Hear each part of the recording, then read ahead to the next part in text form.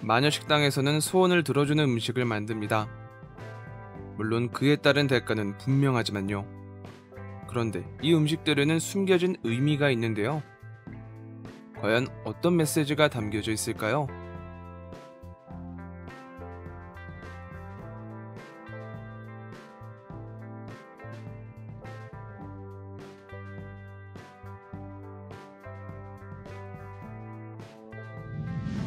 마녀가 만든 음식의 효과를 가장 먼저 보여준 푸아그라. 푸아그라는 프랑스의 고급 요리로 겨울을 나려고 지방이 오른 철새를 사냥해 만든 진귀한 음식입니다.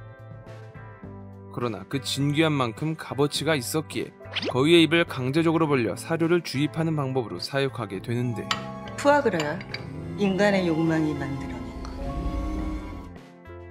아이의 아버지는 남들처럼 무엇이든 해줄 수 있는 좋은 아버지가 되고 싶다며 로또 1등을 소원으로 빌었고, 마녀는 그 소원을 들어줬습니다.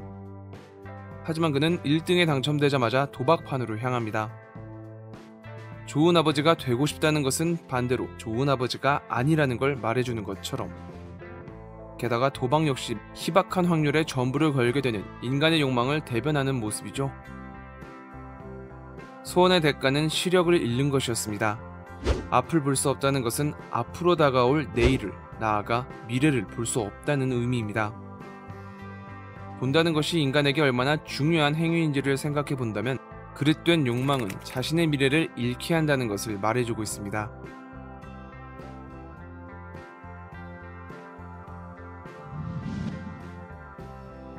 진이 먹은 스테이크. 스테이크는 승리자, 권력자의 음식입니다. 스테이크를 만들기 위해서는 소를 기르는 것부터 시작해 오랜 시간을 투자해야 하고, 그만큼 힘을 가진 자만이 접근할 수 있었기 때문이죠. 거기다 피가 뚝뚝 떨어지는 고기는 공격적이고 파괴적인 모습을 시각화할 수 있기에 성공적인 복수를 위한 음식이 되는 것입니다. 진의 소원은 복수였는데요.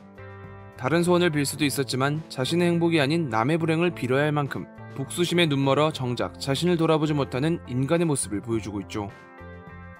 역시나 소원은 분명히 이루어졌습니다. 그 뒤부터 진은 매일 밤 악몽에 시달립니다. 복수는 복수를 낳는다는 말처럼, 또 피는 피를 부른다는 말처럼 타인을 향한 적개심과 분노는 좋은 결과를 얻을 수 없습니다. 단 하루도 제대로 잠이 든 적이 없었다는 소설의 내용을 통해 복수의 대가가 삶을 얼마나 피폐하게 만드는지 보여줍니다. 이에 진은 뒤에 설명할 3가지 음식에서 복수가 아닌 다른 선택을 하게 되니, 이는 잠시 뒤에 알아볼게요.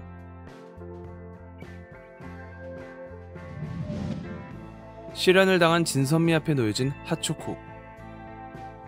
드라마에서는 사랑을 이루어주는 초콜릿이라 명명되었지만, 소설에 따르면 이 음료는 핫 초콜릿이라고 하며 말 그대로 뜨겁고 매운 초콜릿이라는 뜻입니다. 초콜릿은 식민지 시절 유럽으로 전파되었다가 후에 공정화를 거쳐 대량 생산되면서 값싸고 달콤한 디저트가 되었고, 오늘날에 이르러 달콤함을 빗대어 감정을 표현하는 매개체로 상업화된 식품이죠.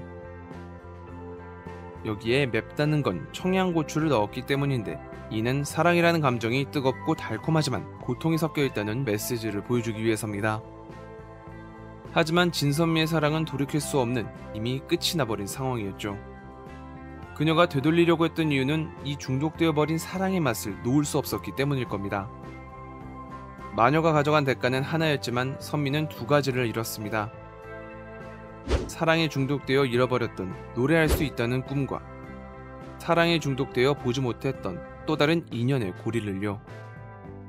그 무엇보다도 가장 먼저 자신을 사랑할 줄 알아야 한다는 작가의 생각을 엿볼 수 있었네요.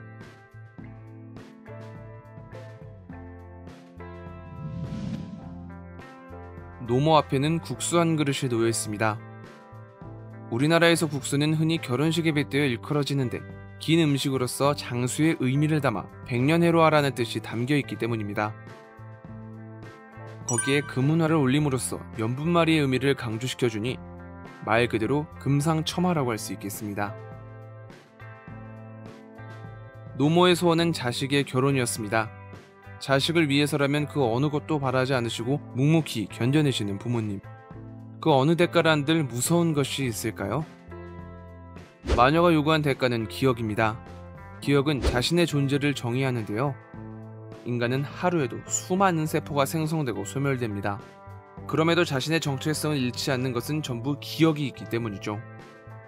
자신의 삶을, 살아온 인생 전부를 바쳐서라도 아들의 행복을 얻을 수 있다면 개의치 않는 어머니의 마음을 표현하고 있습니다.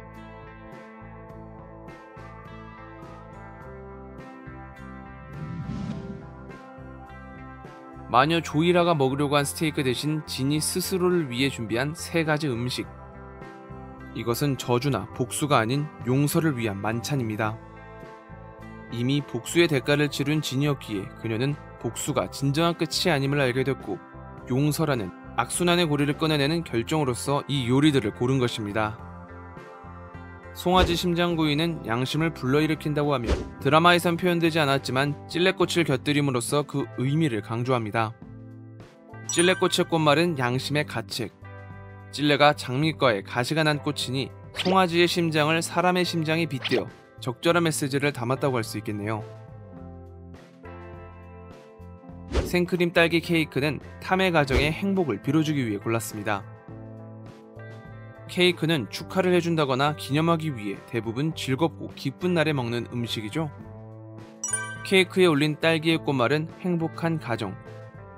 비록 탐이 나쁜 놈이라고 할지라도 그의 가족에게까지는 피해를 주면 안 된다고 생각했기에 행복을 빌어준 것입니다. 마지막으로 달콤한 케이크를 지우는 쓰디쓴 커피. 커피는 여운을 남기는 음료라고들 하죠. 지난 일이 떠오르는 죄책감처럼 쓴 커피의 여운은 가실기미가 없이 오랫동안 남아있습니다. 이를 종합해보면 진은 탐에게 행복한 가정을 꾸리도록 했지만 양심의 가책을 불러일으켜 죄책감을 가진 채 평생 불안함을 느끼며 살아가라는 소원을 빈 것입니다.